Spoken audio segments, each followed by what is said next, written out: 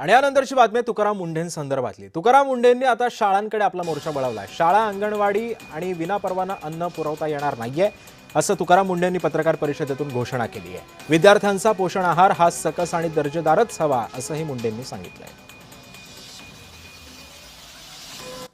प्रत्येक शाळेची वर्षातून किमान 2 वेळा अन्न सुरक्षा तपासणी आम्ही करणार आहोत, किमान 2 वेळेस, आणि किमान एक अन्न नमुना संकलन करून त्याची तपासणी करणार आहोत। तर ह्या ऑर्डर आम्ही ऑलरेडी आमच्या विभागाला दिलेल्या आहेत आणि त्याचे इम्प्लिमेंटेशन आपण करणार आहोत। ट्रेन मॅन पॉवर किंवा फूड हँडलर्स असतील, हेल्थ अँड वेलनेस अँबॅसेडर असेल किंवा नोडल ऑफिसर असेल, हे सर्व तिथं अपॉइंट केले जातील। त्याचबरोबर प्रवेशद्वारावर त्याच्यावरती चेतावणी दिली जाईल, त्याच्यावरती लिहिलेलं असेल की HFSS चे प्रॉडक्ट इथं विक्री करण्यास किंवा ॲडव्हर्टाईज करण्यास किंवा फ्री विकण्यास किंवा तिथं वाटप करण्यास मनाई आहे, हे त्यांच्या गेटवरतीच किंवा दरवाजावरती ठळक अक्षरामध्ये बोर्ड लिहिला जाईल, सो दॅट ही एक वॉर्निंग सर्वांना असेल। त्याचबरोबर पेरेंट्स यांना सुद्धा त्याच्यामधून अवेअरनेस तयार होईल आणि हेल्दी फूड आपल्या मुलांमध्ये जाईल हे अपेक्षित आहे।